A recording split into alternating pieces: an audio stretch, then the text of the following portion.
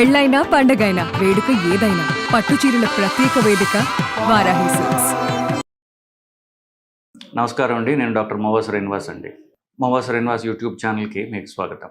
ప్రతి చలికాలం డిసెంబర్ నెల రాగానే కూడా వైరస్లు పెరుగుతున్నాయి, దగ్గులు పెరుగుతున్నాయి, జ్వరాలు పెరుగుతున్నాయి, కోవిడ్ పెరుగుతోంది అని ప్రతి సంవత్సరం పేపర్లో న్యూస్లు రావడం, మనం దీని గురించి కంగారు పట్టడం అనేది జరుగుతూనే ఉంది. అలాగని ఈ సంవత్సరం కూడా కొంత డిలే అయినప్పటికీ కూడా ఇప్పుడు జనవరి మొదటి వారం. సో చైనాలో ఏదో కొత్త రకమైన వైరస్ వచ్చింది. సో దానివల్ల అక్కడ చాలా లక్షల మంది హాస్పిటల్ అడ్మిట్ అయిపోతున్నారు.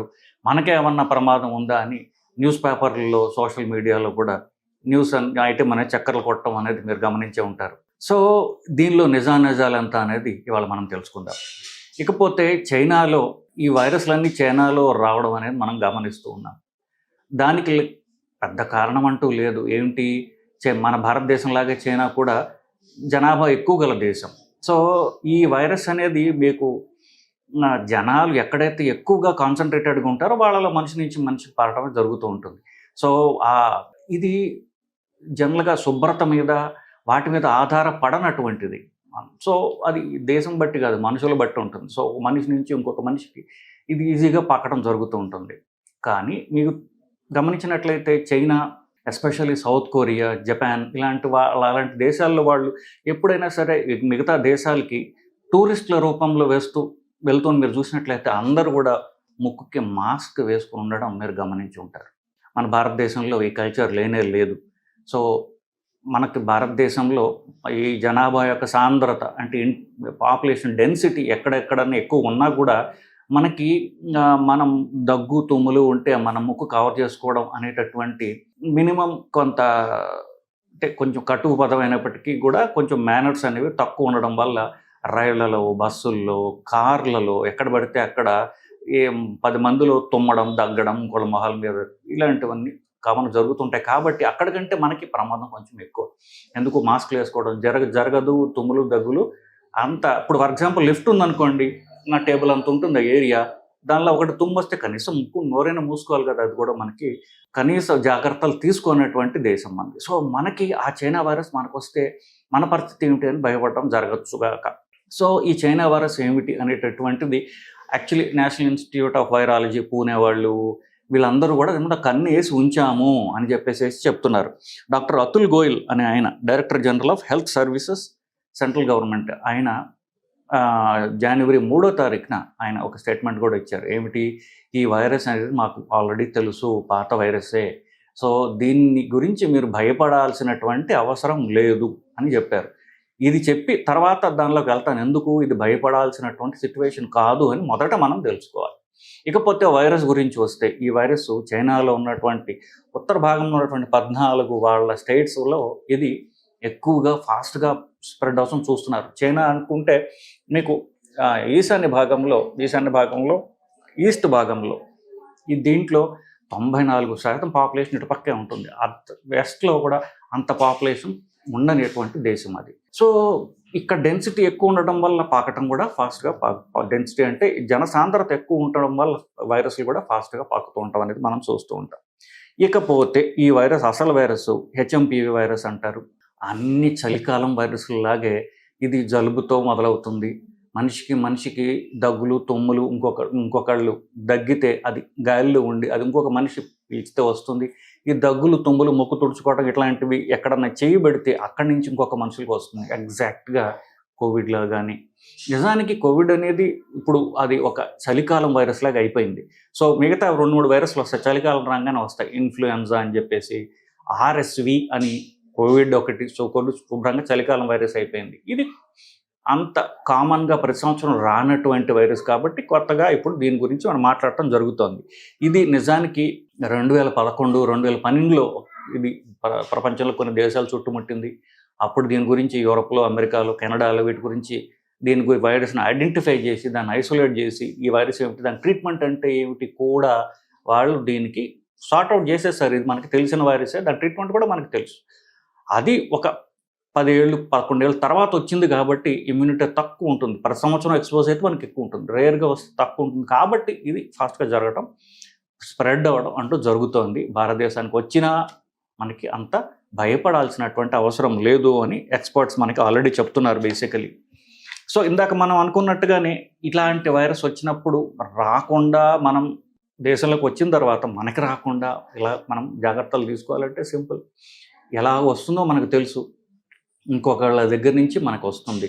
సో మనం ఊపిరి తీసుకునేటటువంటి నోరు ముక్కు మనం ప్రొటెక్ట్ చేసుకున్నట్లయితే దీని నుంచి మనం కాపాడుకోవచ్చు. ముఖ్యంగా ఇది 14 ఏళ్ల కంటే తక్కువ ఉన్నటువంటి పిల్లల్లో ఎక్కువ రావడం గమనిస్తూ ఉన్నారు. సో పిల్లలకు కూడా స్కూల్కి వెళ్ళేటప్పుడు వాళ్ళకి మాస్క్ వేసుకు వెళ్ళడం అనేది, ఎస్పెషల్లీ స్కూల్కి వెళ్ళేటప్పుడు జాగ్రత్తగా ఉండడం. పిల్లలు మిగతా స్కూల్లో ఎవరైతే ఉంటారో వాళ్ళకి దగ్గులు తుమ్ములు ఉన్నట్లయితే వాళ్ళకు మాస్క్ వేయడం, ఇట్లాంటివన్నీ కాస్త స్కూల్ టీచర్లు ప్రిన్సిపల్లు ఇట్లాంటివి కొంచెం ఎడ్యుకేట్ చేసినట్లయితే పిల్లల్ని కాపాడుకున్నట్టుగా మనకి అనిపిస్తూ ఉంటుంది. ఇకపోతే సిడిసి అంటారంటే సెంటర్ ఫర్ డిసీజ్ కంట్రోల్ అంటారు, అమెరికాలో ఉన్నటువంటి అపెక్స్ బాడీ. వీళ్ళు ప్రతి నెల వీక్లీ అప్డేట్ ఇస్తారు. దేశంలో తిరిగేటటువంటి ఇన్ఫెక్షన్స్ జబ్బులు ఏమిటి అని చెప్పేసేటువంటివి వాళ్ళు ప్రతి వారం వీక్లీ అప్డేట్ అనేది ఇంటర్నెట్లో పెడతారు. దాంట్లో కూడా చూసినప్పటికీ కూడా ఇది భారతదేశంలో, చైనాలో లేదా అమెరికాలో కూడా ఇప్పుడు దాకా ఎక్కువ కేసులు రిపోర్ట్ కాలేదు. ప్రతి సంవత్సరం చలికాలంలో వచ్చేటటువంటి వింటర్ వైరస్లు అనేటువంటి ఇన్ఫ్లుయెన్జా, మామూలు జలుబు సర్ది ఉండేటటువంటి వైరస్ ఏదైతే ఉందో ఆ కేసులో రిపోర్ట్ అవుతున్నాయి. ఇంకొక పాయింట్ చెప్పింది ఏంటంటే వాళ్ళు ప్రతి సంవత్సరం కంటే ఈ సంవత్సరం కోవిడ్ బాగా తక్కువగా ఉన్నది, కోవిడ్ నంబర్స్. బహుశా అది దాని క్లోజ్గా ఉన్నటువంటి ఇన్ఫ్లుయెన్జా వైరస్ లాగా అది రూపాంతరం చెంది ఉండవచ్చు గాక. బట్ కోవిడ్ అనేది ఈ సంవత్సరం 2024 చలికాలం నుంచి తీసుకున్నట్లయితే చాలా తక్కువగా రిపోర్ట్ అవుతోంది అని చెప్పేసి CDC, centre for disease control America వాళ్ళు చెప్పారు. భారతదేశంలో కూడా ఇప్పుడు దాకా ఎక్కడ కోవిడ్ కేసు ఎక్కువ రిపోర్ట్ అయినట్టుగా లేదు. కానీ డిసెంబర్ 15 తర్వాత ఒక గట్టి ఎంతకి తగ్గనటువంటి మొండి వైరస్ ఒకటి తిరుగుతాం. సో ఇది ఎస్పెషల్ తెలంగాణలో, హైదరాబాద్లో నేను ఉంటాను కాబట్టి హైదరాబాద్లో నేను చూస్తున్నాను. సో జలుబు, దగ్గు, జ్వరంతో మొదలవుతుంది. జ్వరం తగ్గుతుంది కానీ దగ్గు తగ్గడం లేదు. ఆ దగ్గు 4-5 రోజులు పాటు నడుస్తోంది. రొటీన్ యాంటీబయాటిక్స్ కానీ ఇవేమి కూడా పనిచేయడం లేదు దానికి. ఇది ఒక రకమైనటువంటి మొండి మామూలు ఇన్ఫ్లుయెన్జా వైరస్ లాగానే ఉన్నది. సో ఇది దగ్గు మామూలు 2-3 రోజులు తగ్గిపోయే ఇన్ఫ్లుయెన్జా లాగా కాకుండా ఇది ఒక వారం రోజుల పాటు దగ్గు ప్రలాంగ్ అవ్వడం, ఆ కఫము, కళ్ళి, తెమ్మడ ఇవన్నీ కూడా పసుపు రంగులో, ఆకుపచ్చ రంగులో ఉండడం గమనిస్తూ ఉన్నాం. సో ఒక్క 2-3 రోజులు చూడండి. ఒకవేళ దగ్గు, సర్ది, జ్వరం తగ్గనట్లయితే కనుక మామూలు మీరు ఇంట్లో తీసుకునే మెజర్స్ కాకుండా మీరు కనీసం ఒక డాక్టర్ని సంప్రదించి ట్రీట్మెంట్ తీసుకోవడం అనేది అవసరం. గుర్తుపెట్టుకోండి, అన్ని జ్వరాలు, అన్ని జలుబులు, సర్దీలకి మనం పరిగెత్తాల్సిన అవసరం లేదు. 2-3 రోజులు చూడొచ్చు మీరు ఇంట్లో, మీరు ఆవిరి పెట్టుకోవడం వీటి ద్వారా 2-3 రోజుల కంటే కూడా తగ్గట్లేదు, కంటిన్యూ అవుతుంది అన్నప్పుడు మాత్రమే అప్పుడు మనం యాంటీబయాటిక్ మొదలుపెట్టడం కానీ డాక్టర్ సంప్రదించడం కానీ చేయాలి.